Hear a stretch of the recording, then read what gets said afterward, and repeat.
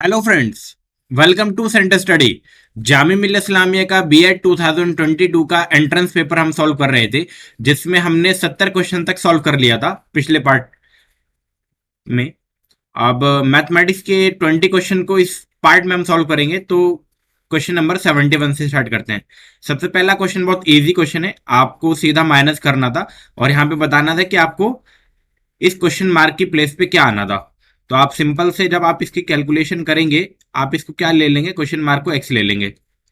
तो 3697 और एक्स उस साइड चला जाएगा, तो एक्स बराबर कितना आएगा 9501, और इसको राइट साइड में लिखाओगे तो आपके पास आ जाएगा 3697। इसको माइनस करने के बाद आपके पास अल्टीमेटली ये रिजल्ट आ जाएगा जो बच्चे ने ऑलरेडी माइनस किया हुआ है। तो फाइनल आपके पास आंसर आ जाएगा ऑप्शन नंबर सी, 5804।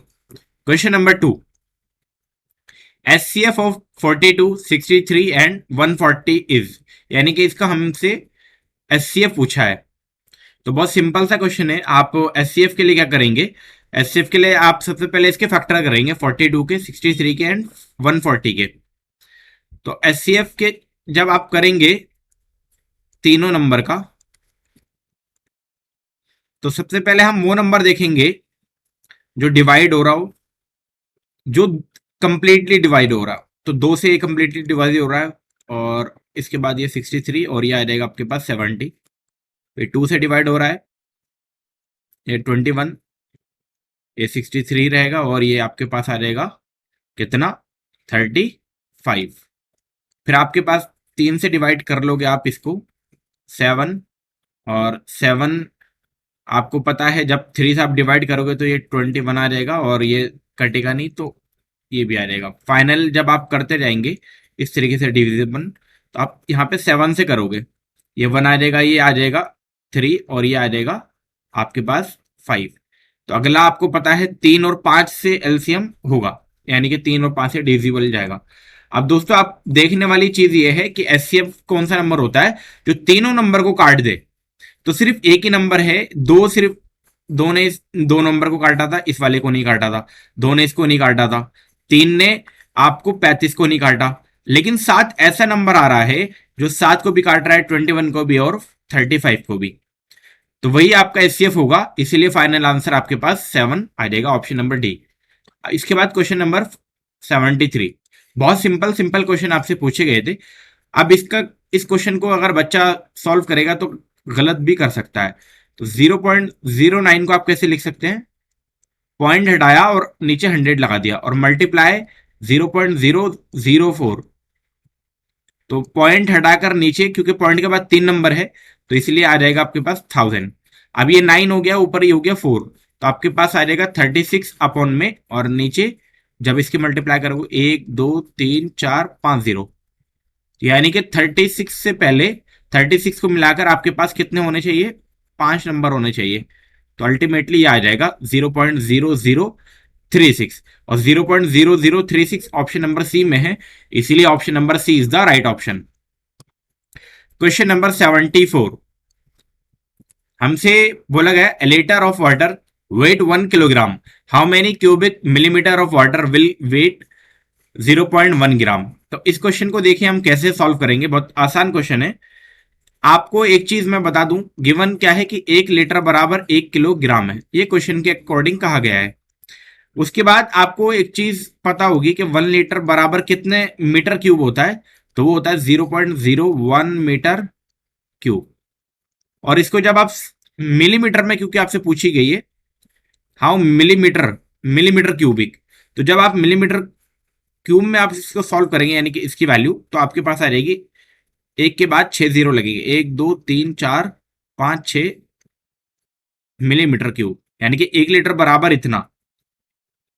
और 1 लीटर किसके बराबर था आपका, 1 किलोग्राम के। तो 1 किलोग्राम की आप वैल्यू लिख सकते हो 1 2 3 4 5 6 मिलीमीटर क्यूब। और हमसे तो, अच्छा 1 किलोग्राम में कितने ग्राम होते हैं, जल्दी से बताओ। आपके पास होते हैं भाई 1000 ग्राम। 1000 ग्राम की वैल्यू है ये। आपसे पूछा था 0.1 ग्राम, तो 0.1 ग्राम का मतलब यहां पे आप लगा लोगे 1 2 3 4, क्योंकि 1000 है और यहाँ पे आप 0.1 ग्राम का निकाल रहे हैं, तो 1000 आपका 10,000 हो जाएगा, और ये 6 जीरो तो आपके चल ही रहे थे।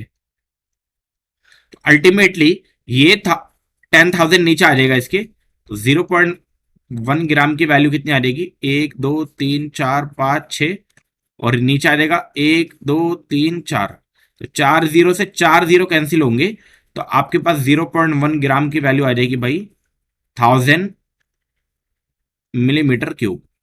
1000 नहीं, सॉरी, 2 जीरो बचे, तो 100 मिलीमीटर क्यूब।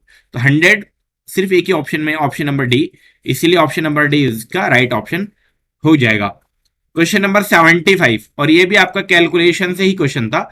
0.05 को 5 से मल्टीप्लाई करना था और माइनस करना था आपस में किसको, 0.05 को 5 से मल्टीप्लाई करके। तो इसको कैसे आपने सॉल्व किया था, आप इसको कैसे सॉल्व करेंगे जल्दी में, आप क्या करेंगे, नीचे 100 लगा देंगे पॉइंट हटाकर, और 5 से तो ये मल्टीप्लाई हो रहा है, ऐसे 0.05 है तो नीचे पॉइंट हटाया, और नीचे क्योंकि पॉइंट के बाद 3 नंबर थे तो 1000 से मल्टीप्लाई और 5, तो ऊपर 5 5 25 हो गया, और नीचे 100, और यहां पर आ गया कितना, 5/1000। एलसीएम ले लो, 1000 आ जाएगा, और ये आ जाएगा 250 - 25, और 250 - 25 करोगे तो आपके पास, इधर मैं लिख दे रहा हूं, 225/1000 आपके पास आ जाएगा। इसका मतलब 0.225 इसका मतलब होगा, 225/1000 का मतलब 0.225। ऑप्शन नंबर बी यानी कि आपका इस क्वेश्चन का राइट ऑप्शन होगा। क्वेश्चन नंबर 76, और ये इंपॉर्टेंट क्वेश्चन है क्योंकि इस टाइप का क्वेश्चन आपके बीएड के एग्जाम में हर साल पूछा जा रहा है। और किस टाइप का क्वेश्चन है, in an examination it is required to get 36% of the maximum marks to pass. A student got 113 marks and was declared failed by 85 marks. What was the maximum marks? तो दोस्तों question के according हम सीधा सीधा ये बता सकते हैं कि वो कितने नंबर पे पास हुआ। 113 नंबर उसको मिले थे, यानी कि 113 नंबर, लेकिन वो फेल हुआ है 85 मार्क्स से। कितने नंबर से फेल हुआ है, 85 मार्क्स से वो सिंपल सा फेल हो गया। अब आप एक चीज यहाँ पे नोटिस कर पा रहे हो कि भाई 85 मार्क्स से अगर उसको मिल जाते तो वो क्या हो जाता, पास हो जाता। यानी कि ये बच्चे ने कैलकुलेशन यहां तक ठीक किया हुआ है कि अगर उसको 198 नंबर मिलते तो वो पास हो जाता। यहां तक आपके क्लियर हो गया होगा। तो यानी कि 36% चाहिए थे पासिंग मार्क, तो 36% की वैल्यू है भाई कितनी, 198। 36% की वैल्यू 198, आपको निकालना था मैक्सिमम मार्क्स, तो मैक्सिमम मार्क्स होते हैं 100%, तो 100 इंटू 198/36%।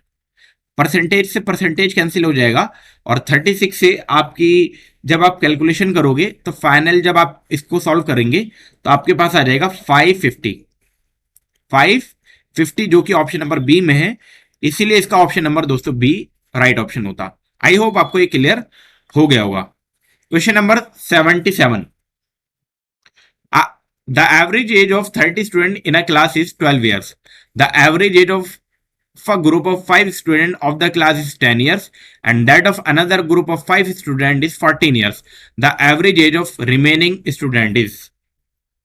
तो सबसे पहले हम एज ऑफ क्लास निकाल लेते हैं, क्योंकि 30 स्टूडेंट की एवरेज एज गिवन थी, तो हम क्लास की एवरेज यानी कि क्लास एज निकाल लेते हैं, टोटल क्लास एज। मैं इसको लिख देता हूं क्लास एज। तो क्लास एज कैसे निकालोगे, 30 को 12 से मल्टीप्लाई कर दोगे तो आपके पास क्लास एज आ जाएगी आपके पास, यानी कि टोटल जो आपके पास बच्चों की एज है उनको सम 360 आ जाएगा। पहले केस में जो फर्स्ट केस है, 5 बच्चे दिए हुए और उनका एवरेज 10 दिया हुआ, यानी कि 5 बच्चे और 10 उनका वो दिया हुआ, यानी कि 50 साल हो गए। अगले केस में यानी कि सेकंड केस जो है आपका, 5 बच्चे दिए हुए जिनकी एज, जिनका एवरेज एज जो है 14 है, यानी कि 5 बच्चे 14 साल, एवरेज तो 70 एज हो जाएगी उनकी।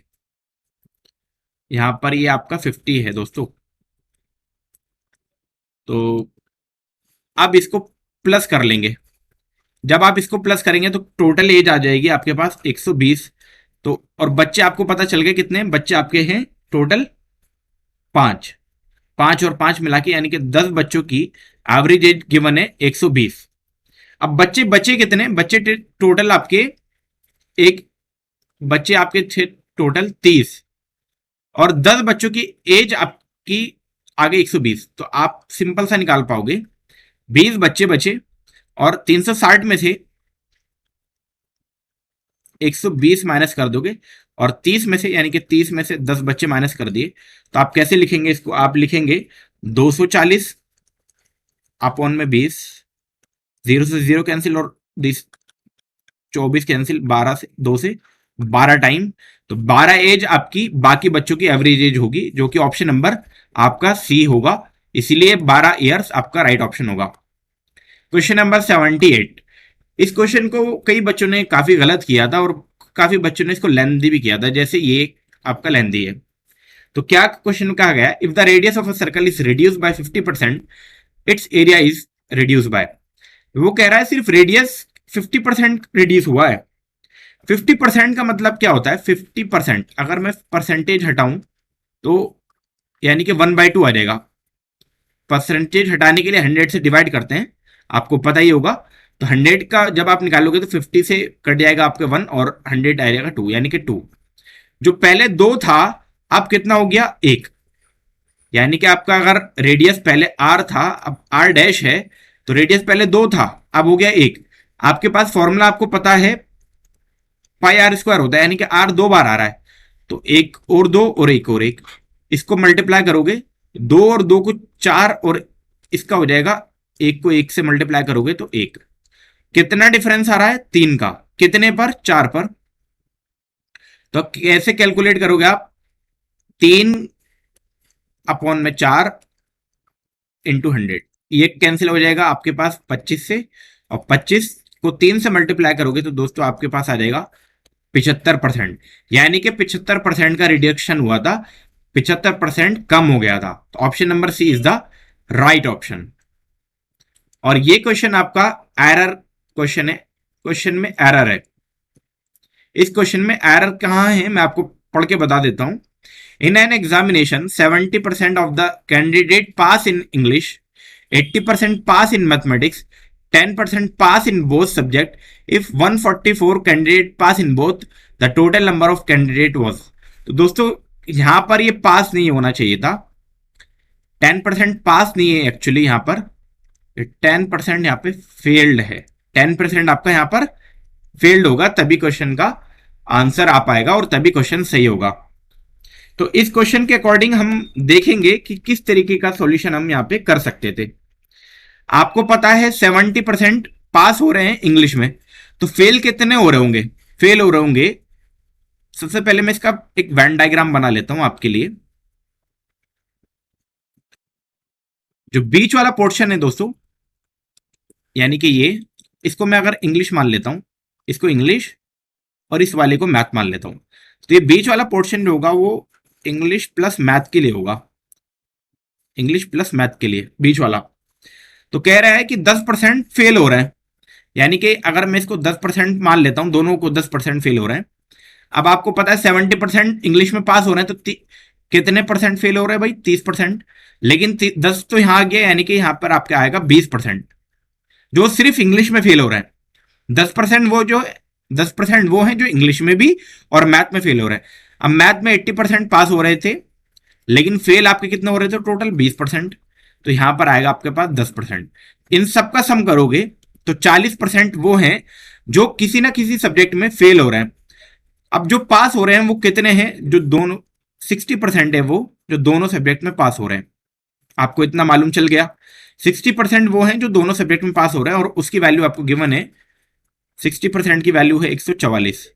आपको निकालनी थी 100% की वैल्यू ना, 100%, क्योंकि 100% बच्चे होंगे, तो 100% की वैल्यू 100% इंटू 144 अपॉन में 60%। परसेंटेज से परसेंटेज कैंसिल हो जाता है, और जब आप इसका सॉल्यूशन करेंगे तो सॉल्यूशन करने के बाद आपका 0 से 0 कैंसिल हो जाएगा, और इसको जब सॉल्व करेंगे तो आपके पास आ जाएगा 24। 24 को 10 से मल्टीप्लाई करोगे तो 240 आ जाएगा, यानी कि 240 ऑप्शन आपका राइट ऑप्शन होता, ऑप्शन नंबर सी 240 बच्चे आपके टोटल मौजूद थे। Question number 80। और ये क्वेश्चन कई बार रिपीट हुआ है, डीएलएड के इनफैक्ट पेपर में हुआ है, और 2023 के पेपर में भी ये क्वेश्चन आया है, तो इसीलिए आप डीएलएड के जो 2023 का क्वेश्चन पेपर हुआ है उसको जरूर देखें। हमने उसका सॉल्यूशन, डिटेल सॉल्यूशन 2022 के पेपर में भी कराया हुआ है, और 2023 के आंसर की में भी हमने उसको बताया है। क्वेश्चन नंबर क्या है? A man buys 12 articles for 12 rupees and sell it at the rate of 1.25 rupees per article, his gain percentage. तो सीपी, अच्छा 12 रुपए का, 12 रुपए के 12 आर्टिकल खरीद रहा, तो आर्टिकल ऊपर और रुपीज नीचे, तो यानी कि 1 रुपीज का एक आर्टिकल। तो सीपी कितना हो गया आपके पास? सीपी 1 रुपीज हो गया आपका। सीपी कितना हो गया? 1 रुपीज। और एसपी आपको पता है 1.25 है। आपको परसेंटेज प्राप्त करनी है, तो आपको पता है formula, SP minus CP upon में सीपी इंटू में 100 होता है। एसपी माइनस सीपी को जब आप सॉल्व करेंगे दोस्तों, यानी कि 1.25 में से 1 माइनस करोगे तो 0.25 आ जाएगा, और सीपी था आपका 1 और इनटू में 100। तो अब जब आप इसको मल्टीप्लाई करेंगे, यानी कि 100%, इसको मल्टीप्लाई ऊपर कर लोगे तो आपके पास आ जाएगा 25%। कितना आ जाएगा? 25%।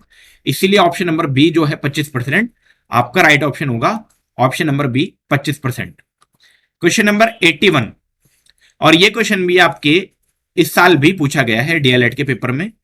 If the length of hypotenuse of a right angle triangle is 5 centimeter and its area is 6 square centimeter, then the length of remaining side। आपको एक डायग्राम गिवन है, यानी कि आपको एक डायग्राम बनाना है। हाइपोटेनियस है 5, ठीक है। अगर अब दोस्तों, अगर आपके पास हाइपोटेनियस 5 है और एरिया आपको गिवन है, तो आपको पता है राइट एंगल ट्राइंगल का एरिया का फॉर्मूला होता है half into base into height. वो है आपके पास 6, तो यानी कि बेस इंटू हाइट की वैल्यू 2 ऊपर चला जाएगा, 12 होनी चाहिए। बेस इंटू हाइट की वैल्यू आपके पास 12 होनी चाहिए। अब चूंकि बेस आपका ये है और हाइट आपकी ये है, अदर साइड आपको गिवन है 5, तो आप ऑप्शन से ही हम एलिमिनेट कर सकते हैं।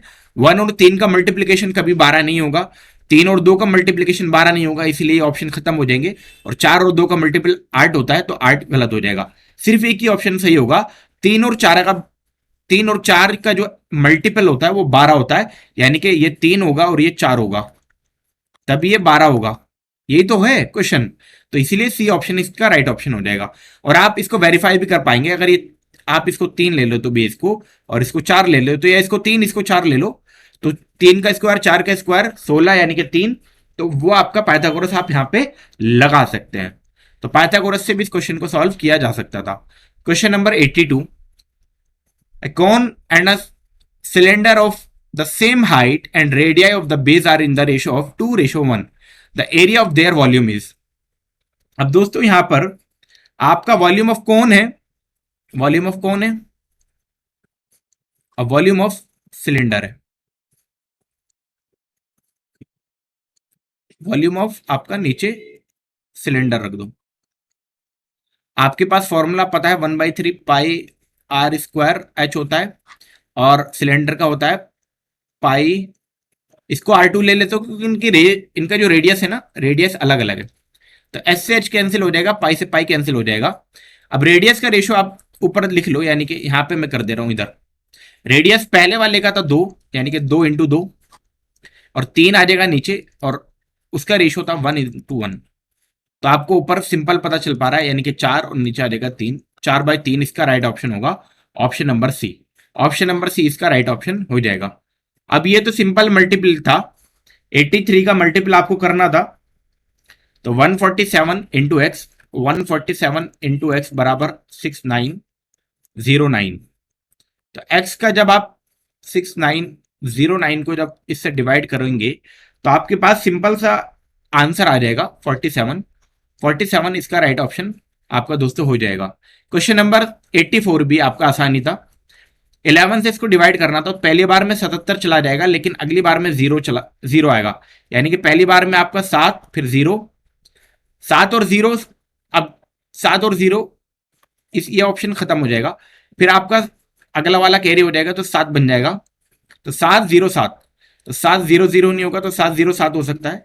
इसी तरीके से जब आप इसका सॉल्यूशन करेंगे तो आपके पास आंसर आएगा option number B 707 right option हो जाएगा 84 का ऑप्शन नंबर बी दोस्तों।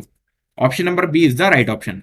क्वेश्चन नंबर 85, क्वेश्चन नंबर 85 में हमसे बोला गया है what is the smallest number to be added to 269 to make it perfect square, यानी कि परफेक्ट स्क्वायर में कितना ऐड करेंगे। अगर आपको पता है तभी आप इसको जल्दी से सॉल्व कर पाएंगे। क्या पता है कि 16 का स्क्वायर होता है आपका 256, तो ये 256 से तो डेफिनेटली बड़ा है।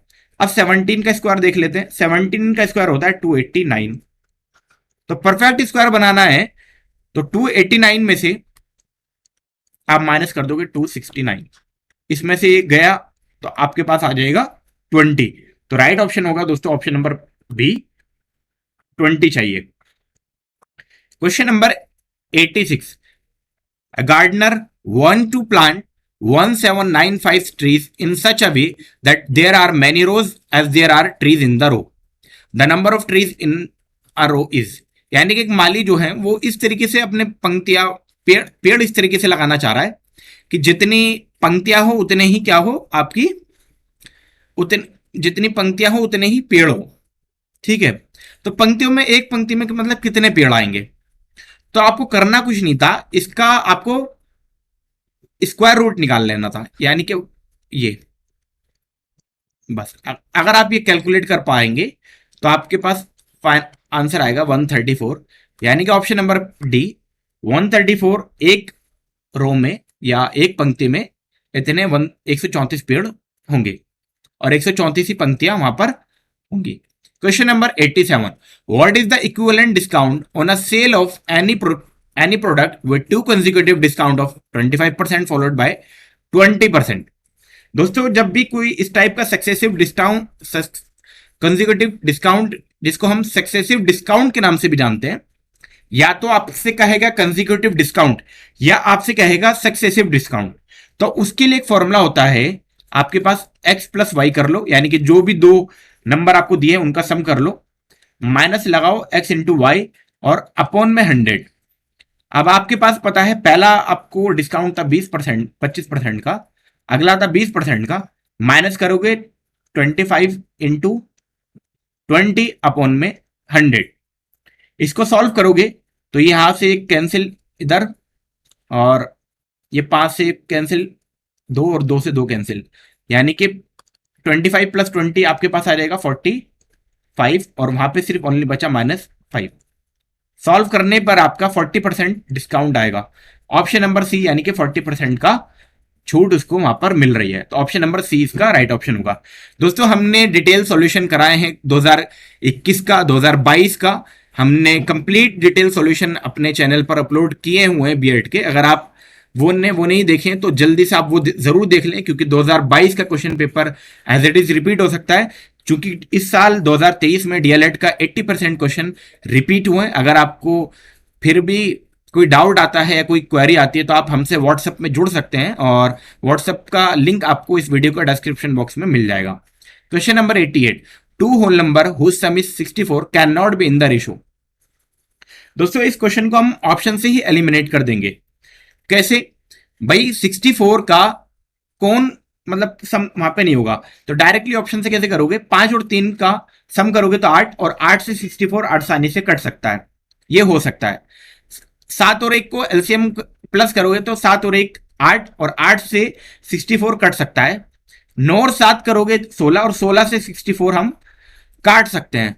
लेकिन 3 और 4 को जब आप प्लस करोगे तो आपके पास आएगा 7, और 7 कभी भी 64 से मतलब 7 64 को कभी भी कंप्लीटली डिविजिबल नहीं करता है, मतलब पॉइंट में करेगा वैसे नॉर्मल नहीं करेगा, इसलिए इसका सही ऑप्शन होगा option number C 3:4। Question number 89, if 12 men and 18 women can do a work in 14 days, then the number of days that 8 men and 16 men will take to do that work is। तो दोस्तों आपको question क्या कहा है कि 12 man 14 दिन में जितना काम कर रहे हैं उतने ही 18 दिन में 18 दिन में 18 वुमन कितने दिन में कर रही है? 18 वुमन कर रही है कितने दिन में? आपकी 14 दिन में। यानी कि 14 दिन में 18 मिलके 18 वुमन काम करती है एक काम को, जो भी काम है। लेकिन अगर वहीं आदमियों को लगाया जाए तो 12, सिर्फ 12 आदमी चाहिए, तो 14 से 14 कैंसिल हो जाएगा और मैन और वुमन का जो रेशो है आपके पास आ जाएगा निकल कर 18/12। कैंसिल करोगे तो आपके पास 3, यानी कि मैन की एफिशिएंसी है 3 और वुमन की एफिशिएंसी है आपकी 2। तो टोटल वर्क आप निकाल लेंगे। टोटल वर्क कितना हो जाएगा? कोई एक को या तो वुमन से निकाल लो या मैन से निकाल लो। तो टोटल वर्क में मैन से निकाल रहा हूं। ये मैन की एफिशिएंसी कितनी थी? मैन की एफिशिएंसी थी ये, रख दिया और ये आ जाएगा। तो आप इसको कैलकुलेट मल्टीप्लाई ना करके आप सिंपल सा इजीली कैलकुलेट कर पाएंगे। तो टोटल वर्क आपका हो गया ये क्या है आपका? TW यानी कि टोटल वर्क। तो टोटल वर्क आपका हो गया 12 इंटू 3 इंटू 14। आप कितना कह रहे हैं? 8 पुरुष और 6 महिलाएं। तो नीचे देखोगे आप 8 पुरुष यानी कि 8 मैन और 6 महिलाएं। कितनी महिलाएं? आपकी 16 महिलाएं। 16 यहां पर दोस्तों 6 महिलाएं नहीं, इंग्लिश वाले में 16 वुमन है, यानी कि 16 वुमन। तो 8 मैन की एफिशिएंसी होगी 8 इंटू 3 और 16 इंटू 2, 8 या 24 और 16 दूनी 32। जब आप इसको सॉल्व करेंगे तो आपके पास आ जाएगा 56। कितना आ जाएगा? 56। तो आप इसको यहां पर 56 रख दोगे। ऊपर जब आप इसको सॉल्व करेंगे तो आपके पास आ जाएगा 504 और नीचे आ जाएगा 56। कैलकुलेट करने पर आपका 9 डेज आ जाएगा। कितना आ जाएगा? 9 डेज। यानी कि ऑप्शन नंबर बी 9 डेज में टोटल मिलके दोनों काम कर लेंगे। इस वीडियो के लास्ट क्वेश्चन में चलते हैं, यानी कि मैथमेटिक्स के लास्ट क्वेश्चन में। और हमसे पूछा गया है 3 years ago the average age of A and B was 18 years. यानी कि 3 साल पहले ए और बी की जो एवरेज एज थी वो 18 साल थी। ठीक है। One C join them the average becomes 20 years now. How old C now? तो दोस्तों इस क्वेश्चन को आप किस तरीके से सॉल्व करेंगे? सबसे पहले हम मान लेते हैं ए, बी और सी को। मान लेते हैं कि आपका जो अभी की जो प्रेजेंट एज है, यहां पे प्रेजेंट एज में लिख देता हूं। अभी की प्रेजेंट एज ए की एक्स है और बी की वाई है। तो 3 साल पहले x-3 रही होगी और उसकी y-3 रही होगी। और इसकी प्रेजेंट एज हम फिलहाल मान लेते हैं z को। क्या मान लेते हैं? z मान लेते हैं फिलहाल के तौर पे, ये अभी हमने मान लिया।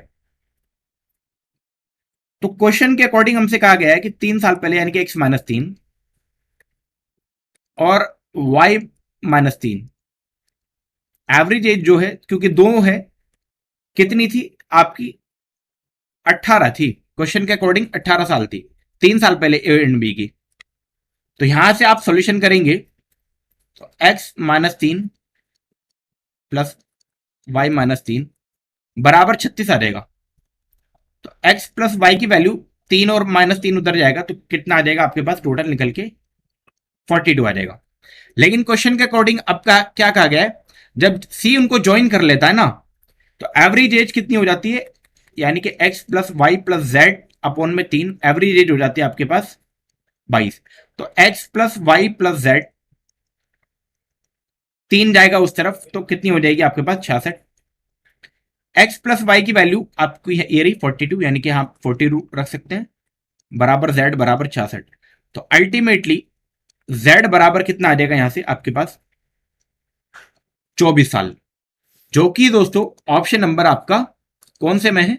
ऑप्शन नंबर ए 24 साल इसका राइट ऑप्शन हो जाएगा। तो दोस्तों ये थे आपके मैथमेटिक्स के क्वेश्चन।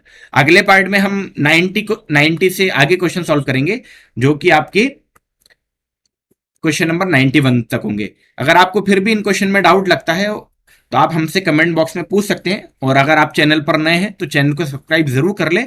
और इंटरव्यू की सीरीज हमने जल्दी ही इंटरव्यू की सीरीज भी हमने अपलोड कर रखी है और जल्दी हम नए इंटरव्यू अपलोड करेंगे, जो कि आपके बीएड, डीएलएड और बीएड स्पेशल और डीएलएड आपके बीएड नर्सरी में काफी हेल्पफुल होंगे। तो आप उन वीडियोस को जरूर देखें। वीडियो में लगातार बने रहने के लिए आपका बहुत बहुत शुक्रिया।